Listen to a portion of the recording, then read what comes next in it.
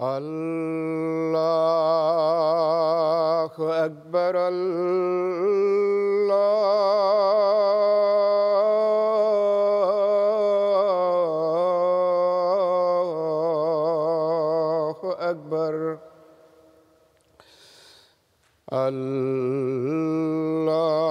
اللہ اکبر اللہ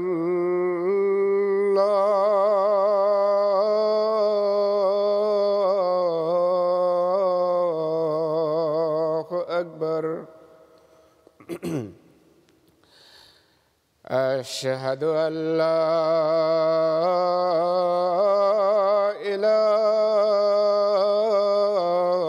إله إلا الله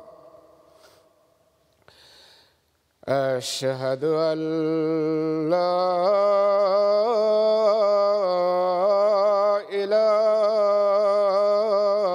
إله إلا الله أشهد أن محمدًا رسول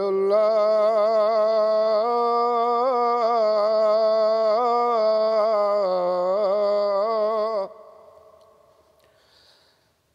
أشهد أن محمدًا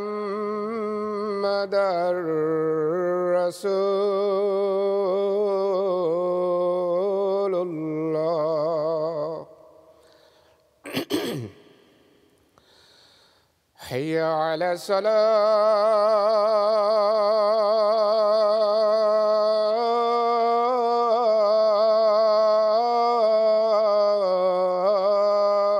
الصلاة حي على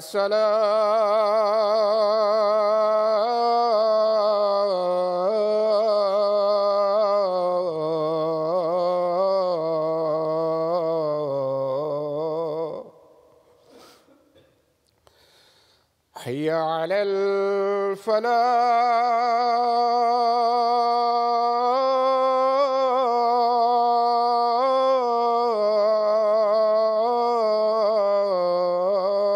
الفلاح حي على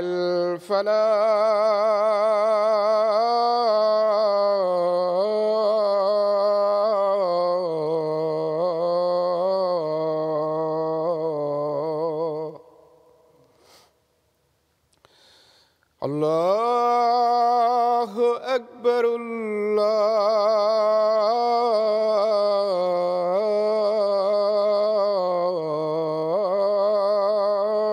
الله أكبر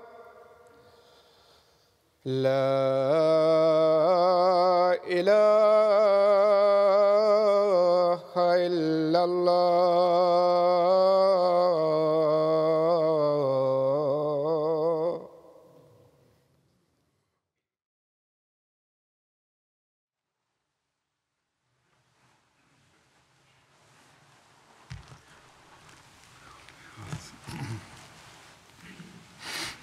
السلام علیکم ورحمۃ اللہ.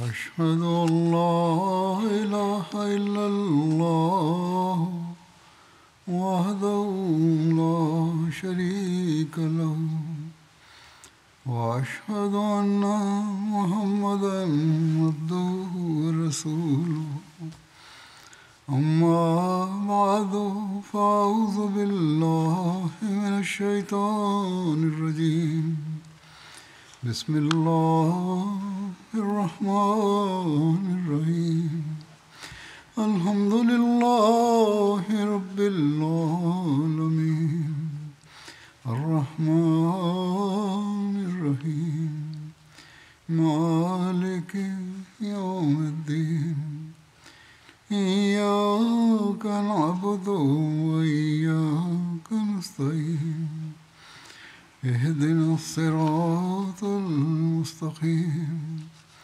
صراط الذين أنعمت عليهم غير المغضوب عليهم ولا الضالين لن تنالوا البر حتى تنفقوا مما تحبون وما تنفقوا من شيء فإن الله به عليم. اس آیت کا ترجمہ ہے کہ تم کامل نیکی کو ہرگز نہیں پا سکتے جب تک اپنی پسندیدہ اشیاء میں سے خدا تعالیٰ کی راہ میں خرچ نہ کرو، اور جو کوئی چیز بھی تم خرچ کرو اللہ اسے یقیناً خوب جانتا ہے. بیر اعلیٰ قسم کی نیکی اور کامل نیکی کو کہتے ہیں، جیسا کہ اللہ تعالیٰ نے قرآن شریف میں فرماتا ہے کہ کامل نیکی تم اس وقت تک حاصل نہیں کر سکتے جب تک تم اپنے پسندیدہ چیزوں کو اللہ تعالیٰ کی رضا کی خاطر قربان نہ کرو، اور ان کو اللہ تعالیٰ کی رضا کے لیے خرچ نہ کرو. بس ایک حقیقی مومن جو اللہ تعالیٰ کی رضا کی تلاش میں رہتا ہے، نیکیوں کے وہ معیار حاصل کرنے کی کوشش کرتا ہے، اور اسے کرنی چاہیے جو اس کو خدا تعالیٰ کے قریب لانے والی ہوں.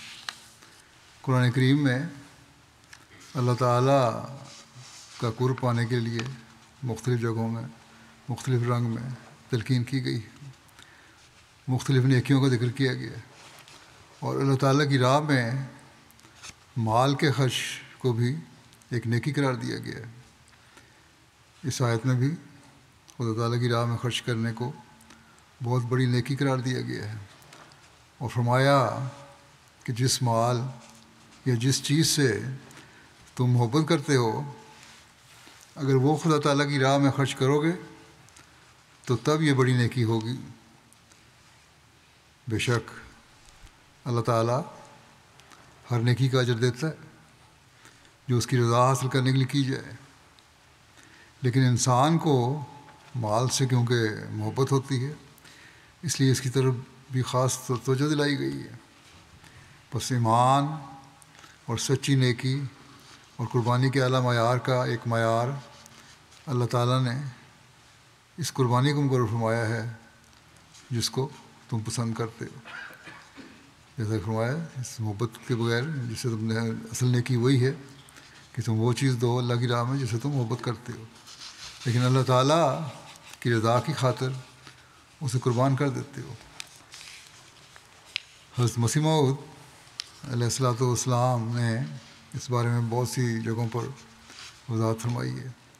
چنانچہ ایک جگہ آپ فرماتے ہیں مال کے ساتھ محبت نہیں ہونی چاہیے.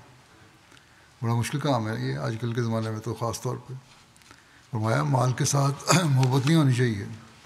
اللہ تعالیٰ فرماتا ہے لن تنالوا البر حتی تنفقوا مما تحبون، تم ہرگز نیکی کو نہیں پا سکتے جب تک تم ان چیزوں میں سے اللہ کی راہ میں خرچ نہ کرو جن سے تم پیار کرتے ہو. اگر حضرت صلی اللہ علیہ وسلم کے زمانے کے ساتھ آج کل کے حالات کا مقابلہ کیا جاوے تو اس زمانے کی حالت پر افسوس ہوتا ہے، کیونکہ جان سے پیاری کوئی شے نہیں، اور اس زمانے میں اللہ تعالیٰ کی راہ میں جان ہی دینی پڑتی تھی. صلی اللہ علیہ وسلم کے زمانے میں فرمایا کہ تمہاری طرح وہ بھی بیوی اور بچے رکھتے تھے. جان سب کو پیاری لگتی ہے، مگر وہ ہمیشہ اس بات پر حریص رہتے تھے کہ موقع ملے تو اللہ تعالیٰ کی راہ میں قربانی کر دیں. پھر آپ نے فرمایا کہ بیکار اور نکمی چیزوں کے خرچ سے کوئی آدمی نیکی کرنے کا دعویٰ نہیں کر سکتا۔ نیکی کا دروازہ تنگ ہے، بس یہ امر ذہن نشین کر لو کہ نکمی چیزوں کے خرچ کرنے سے کوئی اس میں داخل نہیں ہو سکتا، کیونکہ نص صریح ہے کہ لن تنالوا البر حتیٰ تنفقوا مما تحبون، جب تک عزیز سے عزیز اور پیاری سے پیاری چیز کو خرچ نہ کرو گے اس وقت تک محبوب اور عزیز ہونے کا درجہ نہیں مل سکتا۔ اگر تکلیف اٹھانا نہیں چاہتے اور حقیقی نیکی کو اختیار کرنا نہیں چاہتے تو کیوں کر کامیاب اور بامراد ہو سکتے ہو؟ آپ فرماتے ہیں کہ کیا صحابہ کرام مفت میں اس درجے تک پہنچ گئے جو ان کو حاصل ہوا؟ دنیاوی خطابوں کو حاصل کرنے کے لیے کس قدر اخراجات اور تکلیفیں برداشت کرنی پڑتی ہیں، تو پھر کہیں جا کر ایک معمولی خطاب جس سے دلی اطمینان اور سکینت حاصل نہیں ہو سکتی ملتا ہے۔ پھر خیال کرو کہ رضی اللہ عنہم کا خطاب جو دل کو تسلی اور قلب کو اطمینان اور مولا کریم کی رضامندی کا نشان ہے، کیا یوں ہی آسانی سے مل گیا؟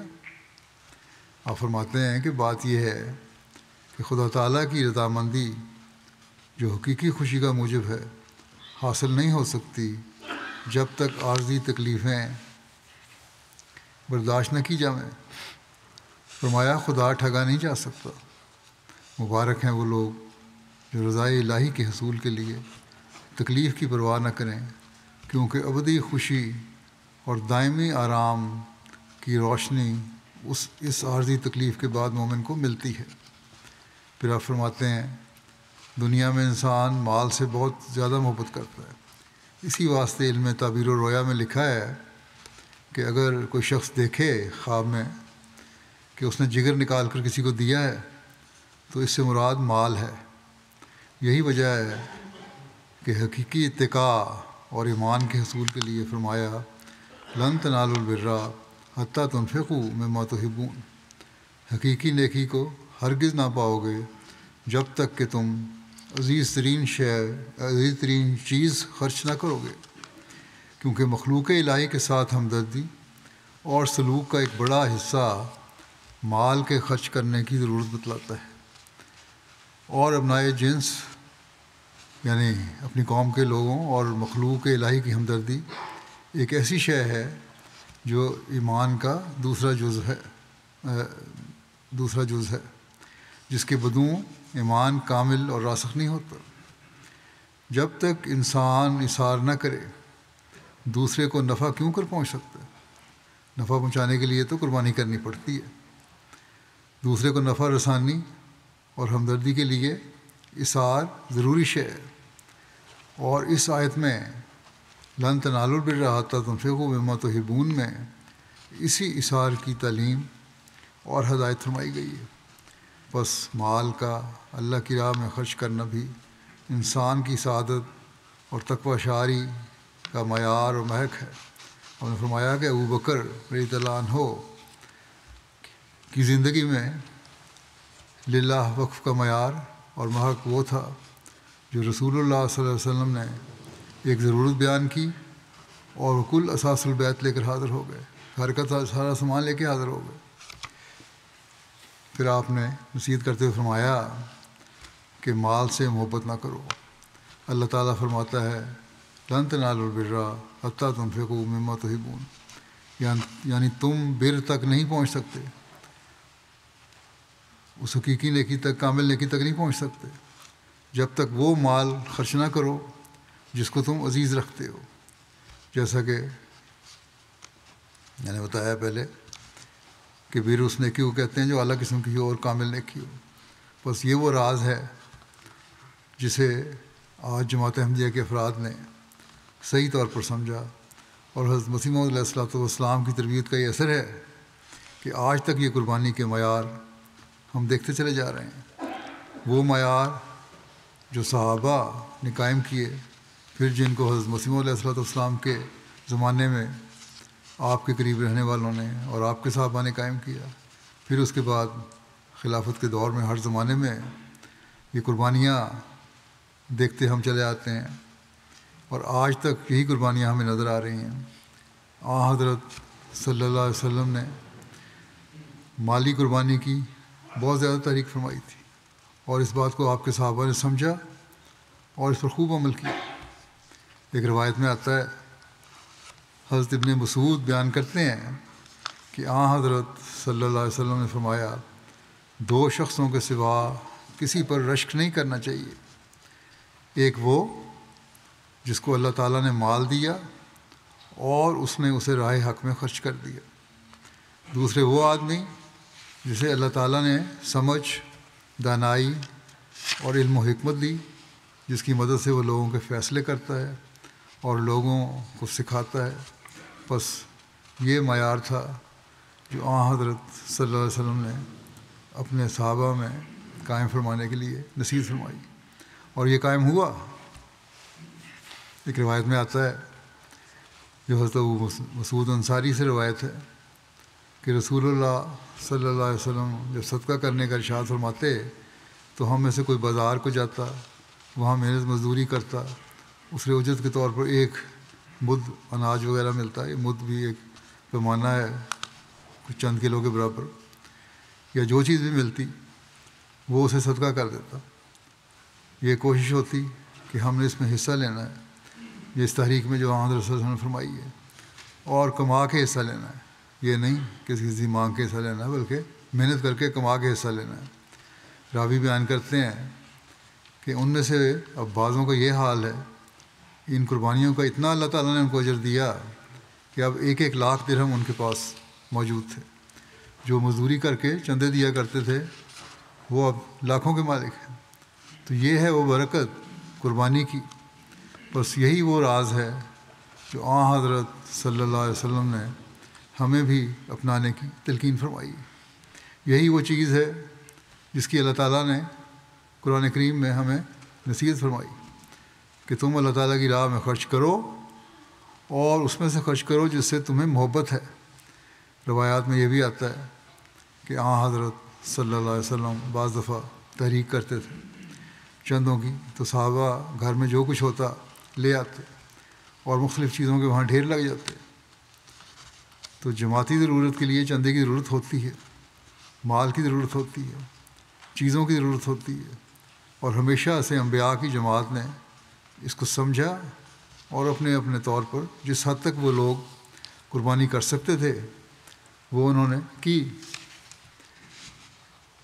مالی قربانی کے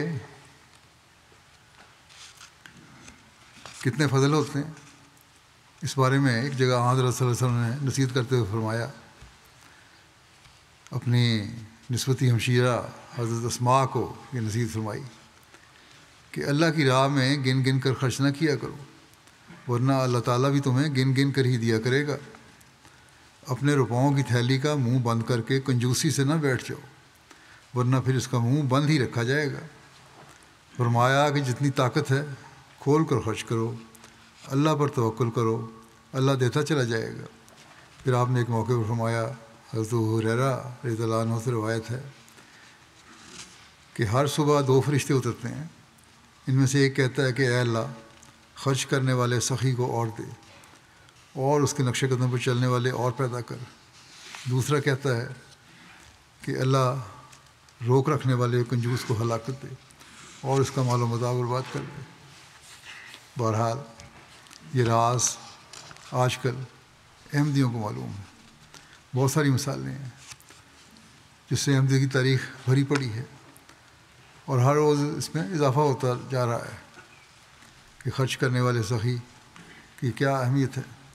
ایک شخص نے لکھا کہ میرے پاس صرف تھوڑی سی ایک رقم تھی، اور اس رقم سے میں نے کاروبار کرنا تھا،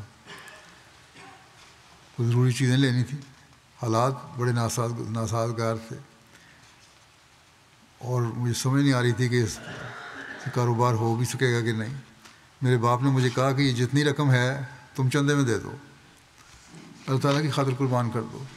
چنانچہ میں نے چندہ دے دیا، اور اللہ تعالیٰ نے ایسے سامان پیدا فرمائے، ایک ایسا آرڈر مجھے مل گیا جس سے کئی گنا زیادہ رقم مجھے میسر آ گئی، اور پھر میں نے وہ کاروبار شروع کیا، اور اس میں اللہ تعالیٰ نے ایسی برکت ڈالی کہ بے شمار مال آنے لگ گیا۔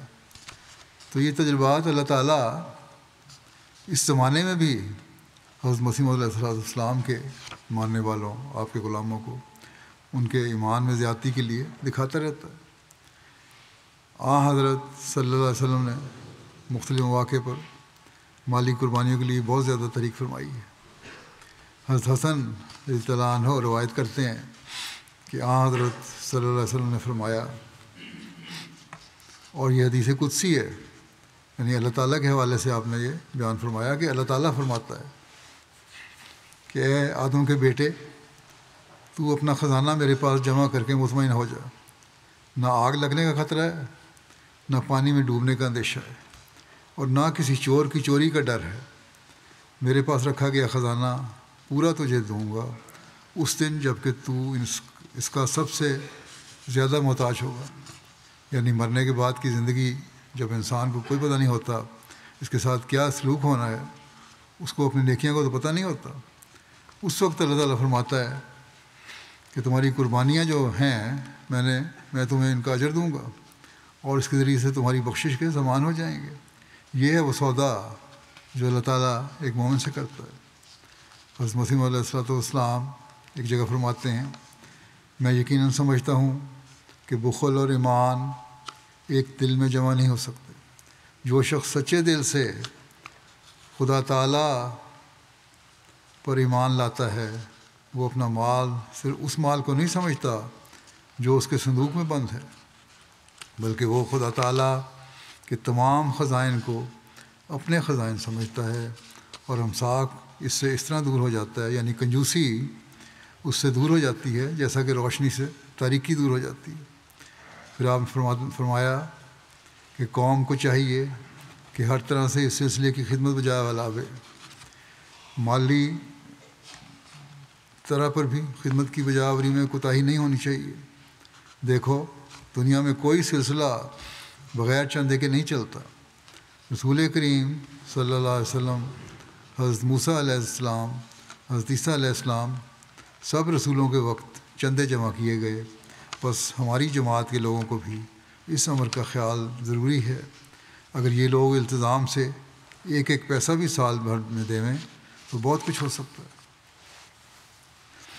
اس بارے میں حضرت خلیفہ مسیح اول رضی اللہ عنہ کا نمونہ دیکھیں، وہ کیا تھا، کس طرح آپ نے حضرت مسیح علیہ السلام کی تحریک پر لبیک کہتے ہوئے آپ کے مشن کو پورا کرنے کے لیے قربانی کی۔ حضرت مسیح علیہ السلام نے حضرت مسیح اول کے بارے میں لکھا ہے کہ اگر میں اجازت دیتا تو وہ سب کچھ اس راہ میں فدا کر کے اپنی روحانی رفاقت کی طرح جسمانی رفاقت اور ہر دم صحبت میں رہنے کا حق ادا کرتے۔ پھر آپ نے لکھا کہ ان کے بعض خطوط کی چند سطریں بطور نمونہ میں دکھلاتا ہوں۔ انہوں نے لکھا، یعنی حضرت خلیفہ اول نے لکھا حضرت مسیح علیہ السلام کو کہ میں آپ کی راہ میں قربان ہوں، میرا جو کچھ ہے میرا نہیں آپ کا ہے۔ حضرت پیر و مرشد، میں کمال راستی سے عرض کرتا ہوں کہ میرا سارا مال و دولت اگر دینی اشاعت میں خرچ ہو جائے تو میں مراد کو پہنچ گیا۔ اگر خریدار براہین کے توقف طبع سے مضطرب ہوں، یعنی اگر خریداروں کی کمی کی وجہ سے یا ان کے پیسے نہ دینے کی وجہ سے کتاب کی اشاعت میں کوئی روک آ رہی ہے، تو مجھے اجازت فرمائیں کہ یہ ادنا خدمت بجا لاؤں کہ اس کی تمام قیمت ادا کر کے اپنے پاس سے واپس کر دوں، اور جو آمد آئے وہ بھی واپس کر دوں۔ اور بڑے درد سے آپ نے فرمایا کہ میری سعادت ہے، بلکہ آپ نے فرمایا کہ میرا منشا ہے۔ حضرت مسلم کو یہ عرض کیا کہ میرا منشا ہے کہ براہین کے تباہ کا تمام خرچ میرے پر ڈال دیا جائے۔ یہ حضرت خلیفہ مسیح اول رضی اللہ عنہ کی قربانی کا معیار تھا۔ حضرت خلیفہ مسیح ثانی رضی اللہ عنہ نے جب وقف جدید کی اور تحریک جدید کی تحریک کی ہے تو بے شمار لوگوں نے، غریب لوگوں نے تھوڑی تھوڑی رقمیں لا کے چندے میں دینی شروع کی۔ کوئی مرغی کے لے آیا، کوئی مرغی کے انڈے لے آیا، اور یہ کہا کہ ہمارے پاس جو کچھ تھا وہ ہم نے پیش کر دیا۔ اور اس زمانے میں بھی جہاں غریبوں کی مثال حضرت خلیفہ مسیح ثانی پیش کرتے تھے، بعض پرانے بزرگوں کی مثال بھی پیش کرتے تھے۔ اسی ضمن میں آپ نے ایک مثال حضرت ڈاکٹر خلیفہ رشید الدین صاحب کی پیش کی ہے، جو حضرت خلیفہ مسیح ثانی کی پہلی حرم یعنی حضرت ناصر رضی اللہ عنہ کے والد تھے۔ اسی طرح حضرت خلیفہ مسیح ثالث کے نانا تھے یہ۔ حضرت مسلم موعود نے لکھا کہ جب انہوں نے ایک دوست سے یعنی ڈاکٹر خلیفہ رشید الدین صاحب نے حضرت مسیح موعود علیہ السلام کا دعویٰ سنا تو آپ نے سنتے ہی فرمایا کہ اتنے بڑے دعوے کا شخص جھوٹا نہیں ہو سکتا۔ بس یہ مجھے کوئی دلیلوں کی ضرورت ہی نہیں ہے، یہ دعویٰ اتنا بڑا ہے کہ میں کسی اور دلیل کو سننے کی ضرورت نہیں مجھے، میں مانتا ہوں کہ وہ مسیح موعود ہیں۔ اور آپ نے بہت جلد حضرت مسیح علیہ السلام کی بیعت کر لی۔ حضرت مسیح علیہ السلام نے ان کا نام اپنے 12 حواریوں میں لکھا ہے، اور ان کی مالی قربانیاں اس حد تک بڑھی ہوئی تھیں کہ حضرت مسیح علیہ السلام نے ان کو تحریری سند دی کہ آپ نے سلسلے کے لیے اس قدر مالی قربانی کی ہے کہ آئندہ آپ کو قربانی کی ضرورت نہیں ہے۔ وہ قربانیاں تو کرتے رہے، لیکن حضرت مسیح علیہ السلام نے اس طرح خوشنودی کا اظہار فرمایا۔ حضرت مسلم موعود رضی اللہ عنہ لکھتے ہیں کہ حضرت مسیح علیہ السلام کا وہ زمانہ مجھے یاد ہے جب کہ آپ پر مقدمہ گرداسپور میں ہو رہا تھا اور آپ کو اس میں روپے کی ضرورت تھی۔ حضرت صاحب نے دوستوں میں تحریک بھیجی کہ چونکہ اخراجات بڑھ رہے ہیں، لنگر خانہ 2 جگہ پر ہو گیا ہے، ایک قادیان میں اور ایک یہاں گرداسپور میں۔ حضرت مسیح علیہ السلام کی موجودگی کی وجہ سے وہاں بھی لوگ آتے تھے، کھانا بھی دیا جاتا تھا انہیں، اور فرمایا اس کے علاوہ مقدمے پر بھی خرچ ہو رہا ہے، لہٰذا دوست امداد کی طرف توجہ کریں، یعنی اخراجات کے لیے چندہ دیں۔ جب حضرت صاحب کی تحریک ڈاکٹر صاحب کو پہنچی تو اتفاق ایسا ہوا کہ اسی دن ان کی تنخواہ تقریباً 450 روپے ملی، جو اس زمانے میں بہت بڑی رقم تھی۔ وہ ساری کی ساری تنخواہ اسی وقت حضرت مسیح علیہ السلام کی خدمت میں بھجوا دی گئی۔ ایک دوست نے سوال کیا، ڈاکٹر صاحب سے کہا کہ آپ گھر کی ضرورت کے لیے کچھ رکھ لیں، تو انہوں نے کہا یعنی ڈاکٹر صاحب نے کہ خدا کا مسیح لکھتا ہے کہ دین کے لیے ضرورت ہے، تو پھر اور کس کے لیے رکھ سکتا ہوں میں؟ غرض ڈاکٹر صاحب تو دین کے لیے قربانیوں میں اس قدر بڑے ہوئے تھے کہ حضرت مسیح علیہ السلام کو انہیں روکنے کی ضرورت محسوس ہوئی اور انہیں کہنا پڑا کہ اب آپ کو قربانی کی ضرورت نہیں۔ بس یہ نمونے تھے جو پرانے صحابہ نے قائم کیے اور حضرت مسیح علیہ السلام کے صحابہ نے قائم کیے۔ پھر حضرت خلیفہ ہر خلافت کے دور میں یہ نمونے نظر آتے ہیں۔ حضرت مسیح علیہ السلام کے زمانے کی ہی دو اور واقعات بیان کر دیتا ہوں۔ حضرت صوفی نبی بخش صاحب مہاجر قادیان کہتے ہیں کہ ایک دفعہ میں سالانہ جلسے پر حاضر ہوا تو میں نے عرض کی کہ میں نے خلوت میں علیحدگی میں حضرت مسیح علیہ السلام کو کچھ عرض کرنا ہے۔ حضرت مسیح علیہ السلام نے فرمایا کہ اندر آ جاؤ۔ کہتے ہیں اتفاق سے وہ کھڑکی کھلی رہی، جس دروازے سے اندر داخل ہوئے تھے وہ کھلا رہا، اور میرے ساتھ اور کئی احباب بھی اندر آ گئے۔ میں نے عرض کیا کہ والد صاحب کہتے ہیں کہ ہم نے لڑکے کو اچھی اور اعلیٰ تعلیم دی ہے، جب سے ملازم ہوا ہے ہماری کوئی خدمت نہیں کی۔ والد صاحب کو شکوہ ہے کہ اتنی تعلیم میں نے دلوائی بیٹے کو، ہماری خدمت کوئی نہیں کر رہا، کچھ مدد نہیں، مالی مدد کو کرنی چاہیے، نہیں کرتا۔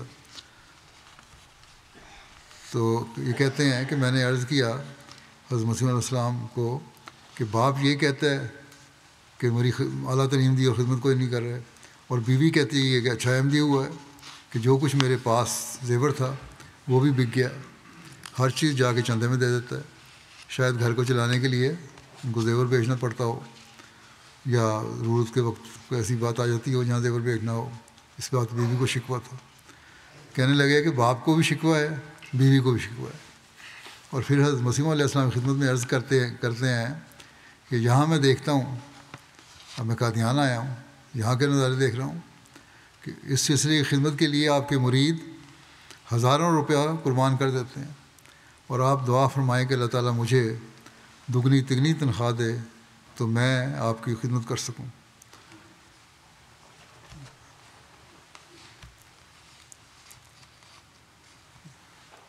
ان شکموں کا ذکر کر کے پھر آپ کہتے ہیں کہ لوگوں کے نمونے جب دیکھتا ہوں تو میرے دل میں خواہش پیدا ہوتی ہے کہ میں اس سے بڑھ کر دوں. اور پھر اللہ تعالیٰ نے ایسے سامان پیدا کر دیے کہ ان کو دوسرے ملک میں ملازمت مل گئی اور تنخواہ بھی بڑھ گئی اور انہوں نے مالی مدد بھی کی اور اپنے گھر والوں کی مدد بھی کی. وہ لوگ نیک لوگ جو حضرت مسیح علیہ السلام کی قوت کسی کے نتیجے میں اس زمانے میں، یعنی وہ زمانہ بھی دنیا داری کا تھا جہاں دنیا داری غالب تھی، پھر بھی وہ قربانیاں کر رہے تھے. اور آج بھی یہ نمونے ہمیں دیکھنے میں نظر آتے ہیں، جبکہ دنیا داری اس زمانے میں بڑھ کر غالب ہے اور پھر خدا تعالیٰ کی راہ میں خرچ کرتے رہتے ہیں. بعض غریب آدمی کس طرح قربانی کیا کرتے تھے، آج بھی ہمیں یہ نمونے نظر آتے ہیں. افریقہ کے بعض لوگ اپنے واقعات بھیجتے ہیں، لیکن میں پہلے حضرت مسیح علیہ السلام کے زمانے کے غریب لوگوں کا نمونہ پیش کر دیتا ہوں. حضرت قاضی قمر الدین صاحب رضی اللہ عنہ سائیں دیوان شاہ کے بارے میں ایک بیان کرتے ہیں، واقعہ بیان کرتے ہیں. کہتے ہیں میں بھی سائیں صاحب سے کبھی کبھی دریافت کیا کرتا تھا کہ آپ کو قادیان تشریف جانے کی کوئی خاص وجہ ہے. بہت زیادہ قادیان جایا کرتے تھے، کیونکہ جہاں ان کا گاؤں تھا سائیں صاحب وہاں سے گزر کر جایا کرتے تھے. قاضی صاحب کے گاؤں سے گزر کے جاتے تھے اور رات وہیں بسر کیا کرتے تھے. کہتے ہیں سائیں دیوان شاہ نارووال کے رہنے والے تھے اور پیدل سفر کر کے قادیان جاتے تھے، اور یہ کئی میل کا سفر تھا جو طے کیا کرتے تھے قادیان، نارووال سے قادیان تک. وہ کہتے ہیں اگر بیچ میں سے بھی جائیں، شارٹ کٹ کر کے بھی جائیں، تب بھی قریباً 100 میل کا فاصلہ ہوگا جو وہ پیدل سفر کرتے تھے. تو انہوں نے سائیں صاحب سے کہا قادیان جانا کسی خاص وجہ سے ہے یا صرف شوق ملاقات میں جا رہے ہیں کہ جاؤں اور حضرت مسیح علیہ السلام سے مل لوں؟ تو سائیں صاحب کہتے ہیں کہ میں غریب آدمی ہوں. ایک تو یہ ہے کہ شوق ملاقات ہے حضرت مسیح علیہ السلام کا، دوسرا یہ کہ میں غریب ہوں اور چندہ دے نہیں سکتا جس طرح لوگ دیتے ہیں امیر لوگ ہزاروں سینکڑوں میں. اس لیے جا رہا ہوں کہ مہمان خانے کی چرپائیاں بناؤں گا اور میرے سر سے چندہ اتر جائے گا، یعنی چرپائیاں مفت بناؤں گا اور چندے کا بوجھ اتر جائے گا. چندہ دینے کی وجہ سے جو احساس رہتا ہے وہ بوجھ کم ہو جائے گا. یہ کام جو ہے چرپائیوں کو بونے کا، اس کے مجھے تسلی ہو جاتی ہے. بس میں لنگر خانے کی چرپائیاں بن لیتا ہوں اور تسلی ہوتی ہے کہ مزدوری کا یہ کام کروں گا تو وہی میرا چندہ ہے. تو اس طرح کی روح تھی جو غریبوں میں بھی پیدا تھی اس وقت، اس زمانے میں بھی. اس زمانے میں بھی ہم دیکھتے ہیں کہ کس طرح اللہ تعالیٰ نے لوگوں میں یہ روح پیدا کی ہوئی ہے. دور دراز رہنے والے ممالک کے لوگ جہاں چند سال پہلے احمدیت کا تعارف ہوا ہے، ان لوگوں نے اسلام قبول کر کے جماعت احمدیہ میں شمولیت اختیار کی ہے. ان کے مالی قربانیوں کے شوق کے بھی عجیب نظارے نظر آتے ہیں. 1400 سال پہلے کا جذبہ ان لوگوں میں بھی ہمیں نظر آتا ہے. حضرت مسیح علیہ السلام نے جن بعضوں کی مثالیں اپنے زمانے میں دی ہیں ان کا جذبہ ہمیں نظر آتا ہے. اور یہ وہ روح ہے جو آج جماعت احمدیہ میں حضرت مسیح علیہ السلام کو ماننے کے بعد ایمان میں تازگی کی وجہ سے پیدا ہوئی ہے. مارشل آئی لینڈ کے مولوی نے لکھا کہ لادری آئزک صاحبہ ایک مخلص رکن ہے اور جماعت کے لنگر چلانے کے لیے انتھک محنت کرتی ہیں. جہاں روزانہ 2 وقت کھانا تیار کیا جاتا ہے، آتی ہیں اور خدمت کرتی ہیں، پکاتی ہیں، لیکن جب بھی انہیں تنخواہ ملتی ہے تو ان کا پہلا کام اپنے اور اپنے 5 پوتے پوتیوں کی طرف سے مالی قربانی پیش کرنا ہوتا ہے. اور ان کی عقیدتی قربانی جماعت میں سب سے زیادہ ہوتی ہے. مولوی صاحب کہتے ہیں کہ وہ لوگ ہیں جن کے گھروں کو دیکھ کر بڑے غریب گھر ہیں. حضرت مسیح علیہ السلام کے بابرکت الفاظ یاد آ جاتے ہیں کہ متقی سچی خوشحالی ایک جھونپڑی میں پا سکتا ہے جو دنیا دار حرص و آز کے پرستار کو رفیع و شان کثر میں بھی نہیں مل سکتی. اسی طرح ایک اور خاتون ہے وہیں کی لورین صاحبہ، یہ بھی مارشل آئی لینڈ میں جماعت کے لنگر میں کام کرتی ہیں. کہتے ہیں کہ میں نے بقرعید عید کی چندے کی یاد دہانی کرائی کہ سال ختم ہو رہا ہے اور ہمارا چندہ پچھلے سال سے کم ہے۔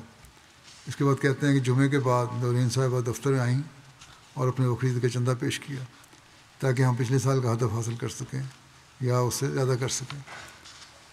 قازقستان کے مبلغ سلسلہ کہتے ہیں ایان ابرائیف صاحب کے چندے کا ذکر کرتے ہوئے کہ میں نے زندگی میں ایسا وقت بھی دیکھا ہے، ابراہیم ایان صاحب نے کہا، جب میرے پاس روٹی خریدنے کے لیے پیسے نہیں تھے، مجھے کھانے پینے کی چیزیں قرض لینا پڑتی تھیں اور میری بیوی متفکر رہتی تھی کہ ہم آگے کیسے زندگی گزاریں گے، لیکن ان حالات میں بھی کہتے ہیں کہ میں نے چندہ ادا کرنا شروع کر دیا اور اب بھی میرا یہ اصول ہے کہ جب بھی میرے پاس پیسے آتے ہیں تو سب سے پہلے میں چندہ ادا کرتا ہوں۔ لیکن یہ اللہ تعالیٰ کا عجیب حسن سلوک ہے میرے ساتھ کہ جب بھی میں چندہ ادا کرتا ہوں اللہ تعالیٰ مجھے بہتر مالی وسائل سے نواز دیتا ہے، اور میری بیوی پوچھتی ہے اور بعض وقت یہ کہ یہ پیسے کہاں سے آئے ہیں، تو میں اس کو یہی کہتا ہوں یہ سب چندے کی برکت ہے۔ اللہ تعالیٰ تو ادھار نہیں رکھتا، اور اللہ تعالیٰ کہتا ہے کہ جب تم مال کو میری خاطر خرچ کرو گے تو میں تمہیں دوں گا، بڑھا کے دوں گا، اور اللہ تعالیٰ اپنا یہی وعدہ پورا کرتا ہے۔ کیمرون کے ایک شہر مروا کے قریب ایک جماعت ہے، وہاں ایک دوست ہیں محمد یوسم صاحب، کہتے ہیں بہت غریب تھا، لوگوں کے فارم پر کام کرتا تھا، لیکن احمدی ہونے کے بعد میں نے چندہ دینا شروع کیا، اور چندے کی برکت سے اللہ تعالیٰ نے نہ صرف اس میرے چندے کو قبول کیا بلکہ اس قدر نوازا کہ میرا اپنا فارم بن گیا۔ اور یہ چیز مجھے تسلی دلاتی ہے کہ اللہ تعالیٰ نے اسے قبول کر لیا ہے، کیونکہ مجھے اللہ تعالیٰ نے بے شمار نوازا اور مجھے مالک بنا دیا فارم کا۔ کہاں میں مزدوری کرتا تھا اور کہاں میں اب اپنے فارم کا مالک بن گیا ہوں۔ نائجر ایک غریب جماعت ہے یہاں، وہاں کے مولوں نے لکھا کہ ایک احمدی لاولی صاحب ہیں، کہتے ہیں میں نے ٹائیگر نٹ کاشت کرتا ہوں، اور میں نے بتایا تو نہیں کہ اس کا 10واں حصہ چندے میں دے دوں گا، لیکن دل میں ارادہ کیا ہوا تھا، لیکن حالات ایسے ہوئے کاشت کے بعد بارشیں بے شمار ہو گئیں اور فصل خراب ہونے کا خطرہ تھا، اس کے لیے پانی اتنا نہیں چاہیے ہوتا، ارد گرد کے ہمسائے جو تھے ان کی فصلیں خراب ہو گئیں، بہت کم ہوئیں، لیکن اللہ تعالیٰ نے میری فصل میں اتنی برکت ڈالی کہ جہاں لوگوں کو میرے سے زیادہ زمینوں میں 5 یا 6 بیگ ملتے تھے، وہاں مجھے 10 بیگ یا بوریاں حاصل ہوئیں، اور بلکہ 11 بوریاں بھی میرے کھیتوں میں سے حاصل ہوتی رہیں۔ اور ایسے حالات میں جب کہ فصل خراب ہو جائے تو قیمتیں بھی زیادہ ہو جاتی ہیں، اور مارکیٹ میں پیسے انسان اچھے کما سکتا ہے، لیکن انہوں نے پیسے کا لالچ نہیں کیا، انہوں نے وعدہ دل میں کیا تھا اللہ تعالیٰ سے، اور کسی کو نہیں بتایا تھا، کیونکہ دل میں اللہ تعالیٰ سے وعدہ کر لیا تھا، اس لیے اللہ تعالیٰ کی خاطر قربانی کے لیے تیار ہو گئے، اور اپنے وعدے کے مطابق وہ 11ویں بوری جو بھی انہوں نے جماعت کو چندے میں جو تھی دینی تھی وہ دے دی، اور مال کی محبت ان پر غالب نہیں آئی۔ بس یہ وہ قربانی کرنے والے لوگ ہیں جو آج بھی ہمیں جماعت احمدیہ میں نظر آتے ہیں اور ہر ملک میں نظر آتے ہیں۔ گیمبیا کی ایک جماعت ہے یورو باول، وہاں کے صدر صاحب کہتے ہیں انہیں کہیں سے کچھ رقم ملی جو انہوں نے 2 حصوں میں بانٹ دی، ایک حصہ چندے کے لیے رکھ دیا، دوسرا حصہ ذاتی استعمال کے لیے رکھ لیا۔ کہتے ہیں بدقسمتی سے جو ان کے ذاتی استعمال کی رقم تھی وہ گم گئی، اب ان کے پاس صرف چندے والی رقم باقی تھی جو استعمال کر سکتے تھے، لیکن باوجود ضرورت کے انہوں نے چندے کی رقم ذاتی طور پر استعمال نہیں کی، ان پر مال کی محبت غالب نہیں آئی، اور انہوں نے کوئی بہانہ نہیں بنایا کہ وہ گم ہو گئی ہے تو اس لیے اس میں سے آدھا خرچ کر لوں۔ انہوں نے کہا نہیں، جو رقم میں نے چندے کے لیے علیحدہ کر دی تھی وہ چندے میں ادا کروں گا، اور کہتے ہیں وہ میں نے چندے میں ادا کر دی۔ اللہ تعالیٰ کا کرنا ایسا ہوا کہ کچھ عرصے بعد وہی گمشدہ رقم ان کو مل گئی اور ان کی ضرورت پوری ہو گئی۔ تو ایسے حالات میں جب ضرورت ہوتی ہے تو مال کی محبت یقیناً بڑھتی ہے، لیکن لوگوں کے عجیب اخلاص ہیں کہ جو وعدہ کیا ہے اللہ تعالیٰ سے اس کو پورا بحال کرنا ہے۔ پھر ایک اور واقعہ ہے جہاں مال کی ضرورت اور مال کی محبت قربانی پر غالب نہیں آ سکی۔ نائجر میں ہی مراوی ریجن کی ایک جماعت ہے، احمد ثانی صاحب عید کا چندہ ادا کرنے والے ہیں دوست، ہر سال بڑی باقاعدگی سے ادا کرتے ہیں۔ اس سال ریجن میں سیلاب کی وجہ سے فصلیں خراب ہو گئیں، خیال تھا کہ اس لیے لوگ زیادہ چندہ نہیں ادا کر سکیں گے، تو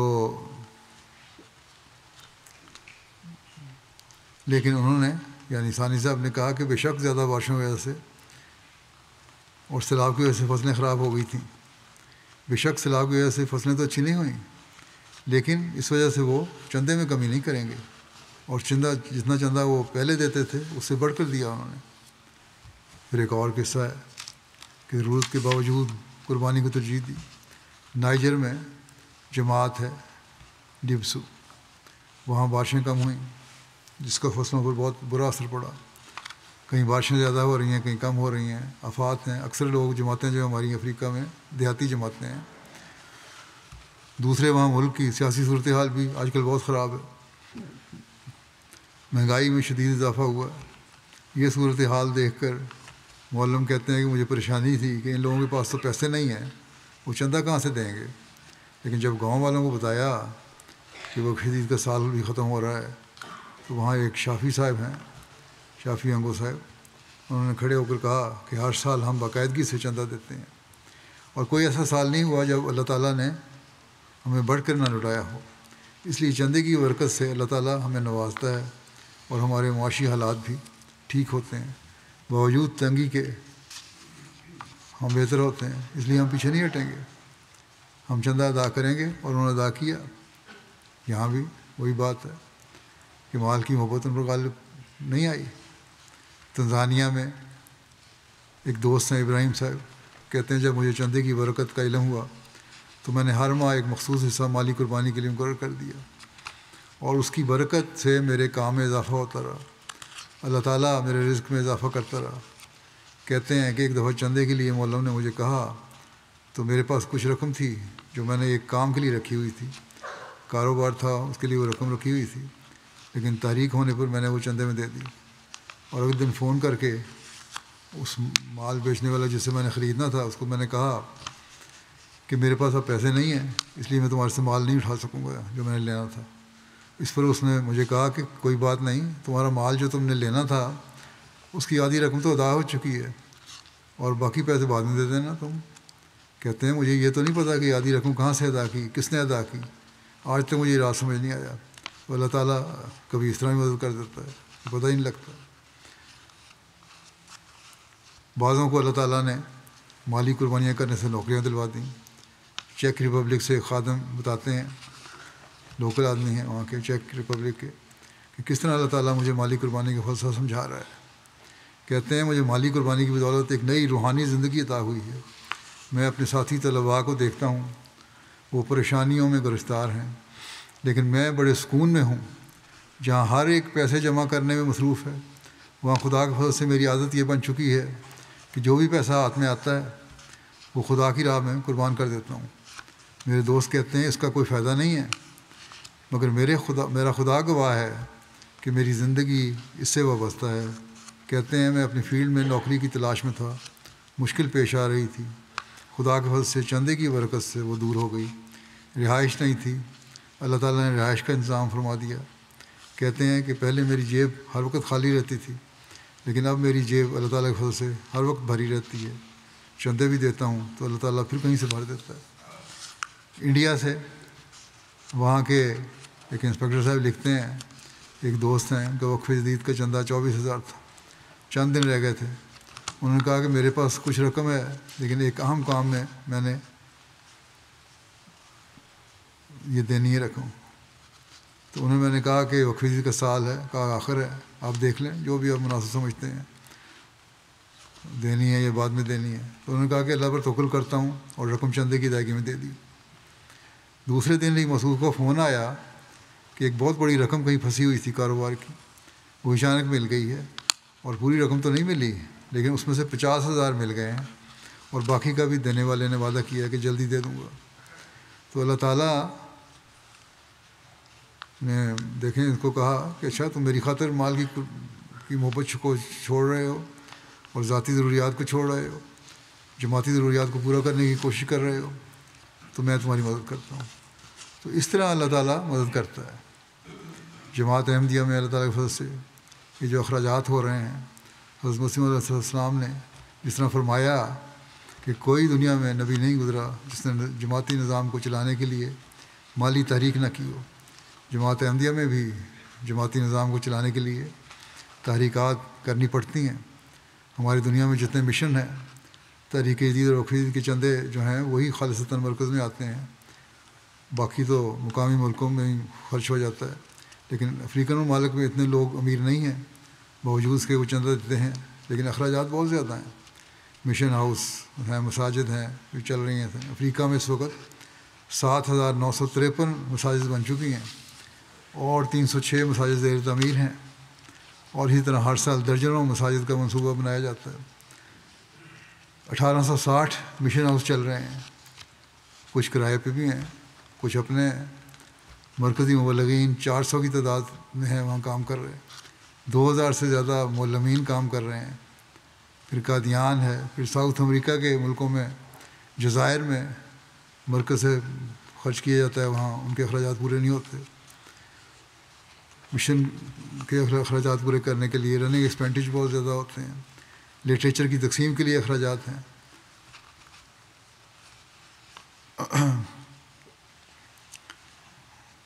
لٹریچر بھی بعض دفعہ یہاں سے بھجوایا جاتا ہے، اکثر ان میں سے بڑی کتابوں کے علاوہ، اور وہ بھی ان میں سے بھی بہت ساری کتابیں مفت تقسیم ہوتی ہیں، چھوٹا لٹریچر تو مفت ہوتا ہے۔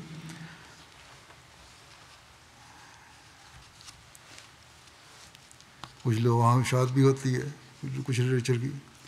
تو یہ ساری رقمیں اللہ تعالیٰ اپنے فضل سے خرچ کے لیے دیتا چلا جاتا ہے۔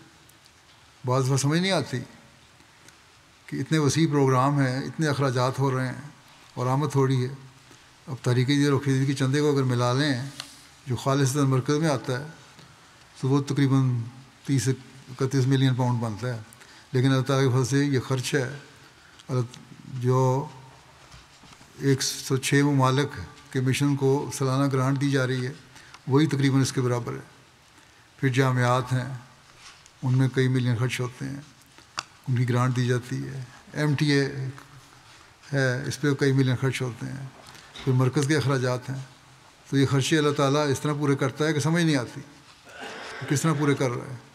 بعض دفعہ خیال ہوتا ہے کہ شاید بہت زیادہ اخراجات ہیں، کس طرح پورے ہوں گے، لیکن اللہ تعالیٰ اپنے فضل سے اخراجات پورے کرتا چلا جاتا ہے اور اس میں کبھی کمی نہیں آنے دیتا۔ یہ مشن اللہ تعالیٰ کے فضل سے جاری ہیں، ان پہ کام ہو رہے ہیں۔ حضرت مسیح علیہ السلام نے سے اللہ تعالیٰ نے یہی فرمایا تھا کہ مال تو میں تجھے دوں گا، اور وہ مال اللہ تعالیٰ دے رہا ہے۔ اللہ تعالیٰ جماعت کو اس کو صحیح مصرف میں لانے کی بھی توفیق ہمیشہ دیتا رہے، صحیح خرچ کرنے کی توفیق دے، اور کبھی کسی قسم کی بے قاعدگی اس میں نہ ہو۔ حضرت مسیح علیہ السلام فرماتے ہیں کہ تمہارے لیے ممکن نہیں کہ مال سے بھی محبت کرو اور خدا تعالیٰ سے بھی، صرف ایک سے محبت کر سکتے ہو۔ بس خوش قسمت وہ شخص ہے کہ خدا سے محبت کرے۔ اگر کوئی شخص تم میں سے خدا سے محبت کر کے اس کی راہ میں مال خرچ کرے گا تو میں یقین رکھتا ہوں کہ اس کے مال میں پھر دوسروں کی نسبت زیادہ برکت دی جائے گی، کیونکہ مال خود بخود نہیں آتا بلکہ خدا کے ارادے سے آتا ہے۔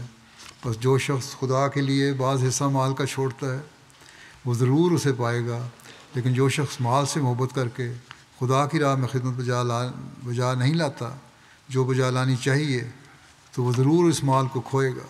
یہ مت خیال کرو کہ مال تمہاری کوشش سے آتا ہے بلکہ خدا تعالیٰ کی طرف سے آتا ہے، اور یہ مت خیال کرو کہ تم کوئی حصہ مال کا دے کر یا کسی اور رنگ میں کوئی خدمت بجا لا کر خدا تعالیٰ اور اس کے فرستادے پر کچھ احسان کرتے ہو، بلکہ یہ اس کا احسان ہے کہ تمہیں اس خدمت کے لیے بلاتا ہے۔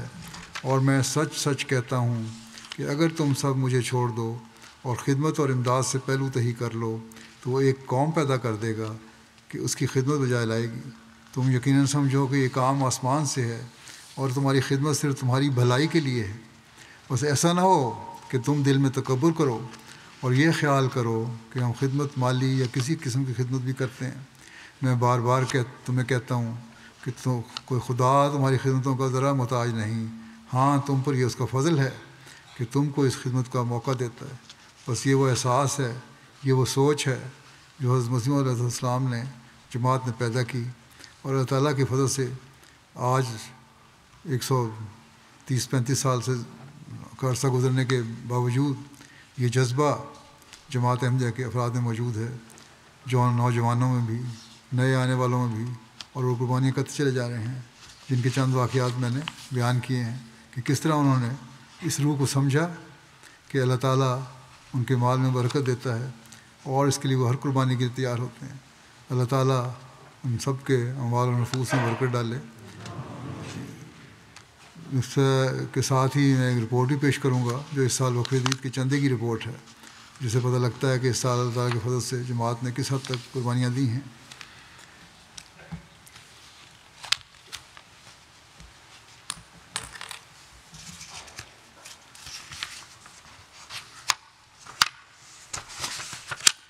اللہ تعالیٰ کے فضل سے وقف عید کا 67واں سال ختم ہوا 31 دسمبر کو، اور جماعت احمدیہ عالمگیر کی طرف سے 1,36,81,000 پاؤنڈ یعنی تقریباً 14 ملین کی مالی قربانی پیش ہوئی ہے. یہ وصولی گزشتہ سال سے 7,36,000 پاؤنڈ زیادہ ہے الحمدللہ. اور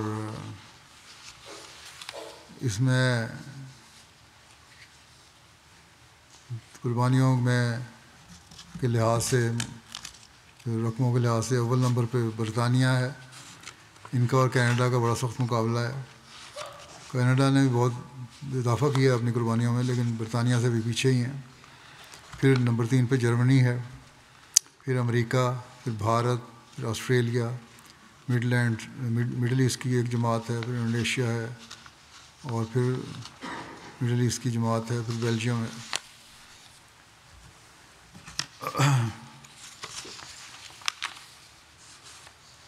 افریقہ میں مجموعی وصولی کے لحاظ سے جو جماعتیں ہیں ان میں گھانا نمبر 1 پہ ہے، موریشس ہے، پھر نمبر 3 پہ بورکینا فاسو ہے. یہاں بھی حالات بہت مخصوص ہیں، لیکن اس کے باوجود قربانیاں دے رہے ہیں. ان کی بہت جگہوں کی تو ابھی رپورٹس بھی نہیں آ سکیں کیونکہ رابطے نہیں تھے. پھر تنزانیہ ہے، پھر لائبیریا ہے، پھر گیمبیا ہے، نائجیریا، سیرا لیون، بینین، کانگو کنشاسا. وقف جدید کے مالی نظام میں شامل ہونے والوں کی تعداد جو رپورٹیں آئی ہیں اس کے مطابق 15,51,000 ہے، اور گزشتہ سال سے جو چندہ دینے والوں میں اضافہ ہوا ہے ان میں باوجود خراب حالات کے پاکستان کے لوگوں میں بھی اضافہ ہوا ہے. نائجیریا، کیمرون، سیرا لیون، گیمبیا اور کانگو برازیل. برطانیہ کی جو 10 بڑی جماعتیں ہیں قربانی کرنے والوں میں فارنہم نمبر 1 پہ ہے، پھر بوسٹر پارک، پھر اسلام آباد، پھر والسال، پھر آلڈرشاٹ ساؤتھ، ایش، چیم ساؤتھ، جلنگم، آلڈرشاٹ نارتھ، یول. پہلی 5 ریجنز جو ہیں ان میں پہلی ریجن نمبر پہ ہے اسلام آباد، پھر بیت الفتوح، پھر مڈ لینڈس، پھر مسجد فضل، پھر بیت الاحسان. دفتر اطفال بھی وقف عید کا علیحدہ ہوتا ہے. اس میں پہلی 10 جماعتیں جو ہیں وہ آلڈرشاٹ نمبر 1 پہ، آلڈرشاٹ نارتھ، فارنہم، ایش، آلڈرشاٹ ساؤتھ، بارڈن، چیم ساؤتھ، اسلام آباد، روہیمپٹن، ویل، مانچسٹر نارتھ، والسال. کینیڈا کے عمارتیں جو ہیں وصولی کے لحاظ سے ان میں نمبر 1 پہ وان، پھر کیلگری، پھر پیس ولیج، پھر Vancouver, Toronto West, Brampton East, پھر ٹورنٹو. اور کینیڈا کی 10 بڑی جماعتیں جو ہیں ان میں ہیملٹن نمبر 1 پہ، پھر ایڈمنٹن ویسٹ، پھر ہیملٹن ماؤنٹن، پھر ملٹن ویسٹ، پھر بیت الرحمان Saskatoon, Durham West, Regina, Montreal West, بیت العافیت Saskatoon, Winnipeg, Airdrie, Lloydminster, Newfoundland. اور دفتر اطفال میں جو نمایاں عمارتیں ہیں وہ ہیں وان نمبر 1 پہ، پھر ٹورنٹو ویسٹ، وینکوور، پھر Peace Village, Calgary, Mississauga, Brampton East, Brampton West, Toronto. جماعتوں میں دفتر اطفال میں نمبر 1 پہ Durham West, Siddiqa Ahmad, Red Fort East, Montreal West, Milton East, Hamilton Mountain, Innisfil, Milton West, Windsor. جرمنی کی 5 لوکل عمارتیں جو ہیں ان میں ہیمبرگ نمبر 1 پہ، پھر فرینکفرٹ، ویسبادن، گراسگراؤ، ریڈسٹڈ. 10 جماعتیں جو ہیں، پہلی عمارات تھیں یہ جماعتیں ہیں: روڈگاؤ، نیڈا، لوڈرمارک، فلورسہائم، نوئے ویڈ، کوبلنس، وائن گارٹن، پینبرگ، برلن، لوئس. دفتر اطفال میں ریجنز 5 ریجن جو ہیں نمبر 1 پہ ویسبادن، پھر ہیمبرگ، ہیسن، زود ایسٹ، ویسٹ فالن، ڈٹسن باخ. امریکہ کی 10 جماعتیں: میری لینڈ نمبر 1 پہ، لاس اینجلس نمبر 2 پہ، north Virginia, silicon valley, Seattle, Detroit, Chicago, deals, south Virginia, Houston. اطفال کے لحاظ سے ان کی 10 جماعتیں: نمبر 1 پہ سیاٹل، پھر Philadelphia, North Virginia, Georgia Carolina, Chicago, Austin, Dallas, Oshkosh, Detroit, Maryland. Pakistan اللہ سے یہاں بھی اپنے لحاظ سے تو انہوں نے بہت محنت کی ہے اور قربانیاں کی ہیں. اس میں نمبر 1 پہ یہاں لاہور ہے، پھر نمبر 2 پہ روا، پھر نمبر 3 پہ کراچی. اور اضلاع کی پوزیشن جو ہے بالغان کی وہ ہے اسلام آباد نمبر 1، سیالکوٹ نمبر 2، فیصل آباد، گجرات، گوجرانوالہ، سرگودا، عمر کوٹ، ملتان، حیدرآباد، میرپور خاص. پہلی 10 جماعتیں جو ہیں نمبر 1 پہ اسلام آباد، پھر ٹاؤن شپ لاہور، دارالذکر لاہور، عزیز آباد کراچی، علامہ اقبال ٹاؤن لاہور، پھر سامان آباد لاہور، بیت الفضل فیصل آباد، ملتان شہر، دہلی گیٹ لاہور، گوجرانوالہ شہر. اطفال میں جو 3 بڑی جماعتیں ہیں نمبر 1 پہ لاہور، نمبر 2 پہ روا، نمبر 3 پہ کراچی. اور اطفال میں اضلاع کی پوزیشن یہ ہے کہ اسلام آباد نمبر 1، پھر سیالکوٹ، پھر نارووال، عمر کوٹ، راولپنڈی، گوجرانوالہ، میرپور خاص، گجرات، حیدرآباد، شیخوپورہ.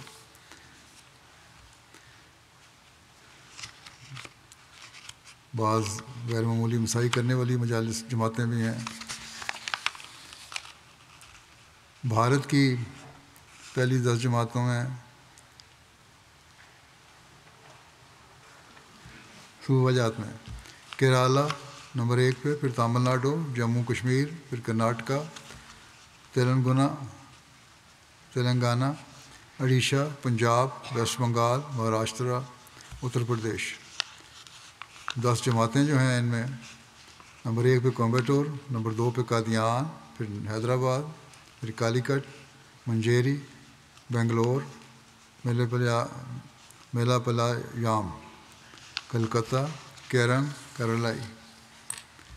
آسٹریلیا کی 10 جماعتیں جو ہیں نمبر 1 پہ کاسل ہل، پھر Melbourne, Langwarrin, Marsden Park, پھر Melbourne Clyde, Logan East, Melbourne Berwick, Penrith, Perth, Adelaide waste.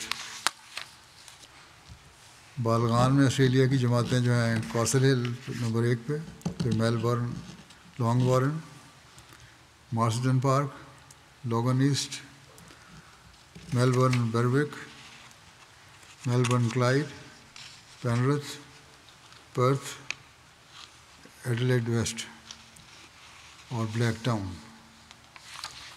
اطفال میں ان کے ہیں Melbourne Langwarrin, Perth Plympton, Adelaide South, Melbourne Clyde, Penrith, Melbourne West, Marsden Park, Brisbane Central اور Melbourne Berwick. اللہ تعالیٰ اس قربانی کرنے والوں کے اموال و نفوس میں بے انتہا برکت عطا فرمائے۔ یہ بھی دعا کریں کہ یہ 2025 کا سال جماعت کے لیے برکتوں والا سال ہو۔ اللہ تعالیٰ جماعت کو ہر شر سے محفوظ رکھے۔ پاکستان میں شدت پسند گروہوں جو ہیں اور یہ ٹولے جو ہیں ان کو وقتاً فوقتاً وبال آتا رہتا ہے، اور جماعت کی آڑ میں بعض جگہ جماعت کے مخالفت میں بعض جگہ قانون کی آڑ میں یہ ہر قسم کا ظلم کرنے کی کوشش کرتے رہتے ہیں۔ نہ قبرستان محفوظ ہیں، نہ گھر محفوظ ہیں۔ اللہ تعالیٰ ان ظالموں کی پکڑ کے سامان جلد فرمائے، اپنی حفاظت میں رکھے احمدیوں کو۔ ربا میں بھی ان لوگوں کی بڑی نظر رہتی ہے، اس کے لیے حفاظت بھی اللہ تعالیٰ فرماتا رہے۔ درود شریف اور بعض دعاؤں کی طرف میں نے توجہ دلائی تھی کچھ عرصہ پہلے، اس طرف پاکستان کے احمدی بھی خاص توجہ رکھیں اور دنیا کے ہر احمدی۔ بنگلہ دیش کے احمدیوں کے لیے دعا کریں، اللہ تعالیٰ انہیں بھی شدت پسندوں کے شر سے محفوظ رکھے۔ اور شام میں بھی اب نئی حکومت آئی ہے، اللہ تعالیٰ وہاں بھی احمدیوں کو ہر قسم کے شر سے بچائے، اپنی حفاظت میں رکھے۔ اسی طرح دوسرے ممالک ہیں، افریقہ کے ممالک ہیں، ہر جگہ اللہ تعالیٰ احمدیوں کو اپنی حفاظت میں رکھے۔ ہر احمدی کا فرض ہے کہ اس کے لیے خاص طور پر خود بھی بہت دعائیں کرے، اپنے ملکوں کے لیے بھی اور پاکستان جو باہر بسنے والے ہیں پاکستان کے لیے بھی۔ دنیا کے عمومی حالات اور جنگوں کی صورتحال کے لیے دعا کریں، اللہ تعالیٰ اس کے بد اثرات سے ہر معصوم اور مظلوم کو بچائے۔ نئے سال پر بڑے جشن مناتے ہیں یہ لوگ، بڑے فائر ورکس ہوتے ہیں، پھلجھڑیاں اڑائی جاتی ہیں، لیکن ہر ایک صرف اپنی خوشیاں دیکھتا ہے، دوسروں کے درد کا انہیں احساس نہیں ہے۔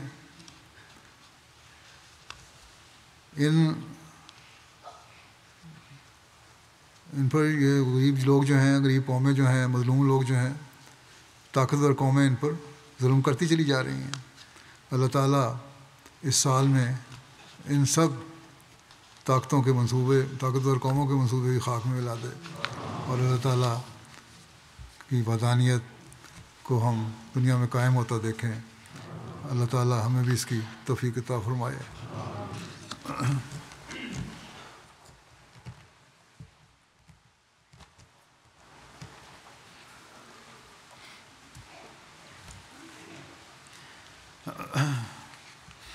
الحمد لله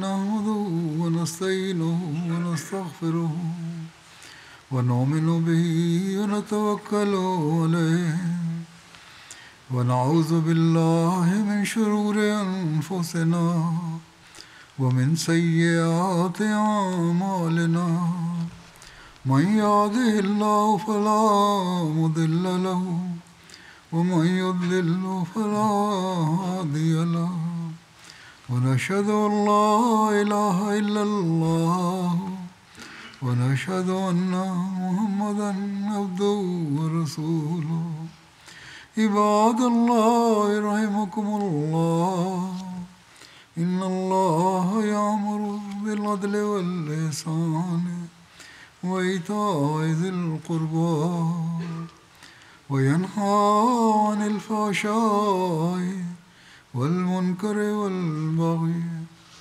يعظكم لعلكم تذكرون اذكروا الله يذكركم وادعوه يستجب لكم ولذكر الله أكبر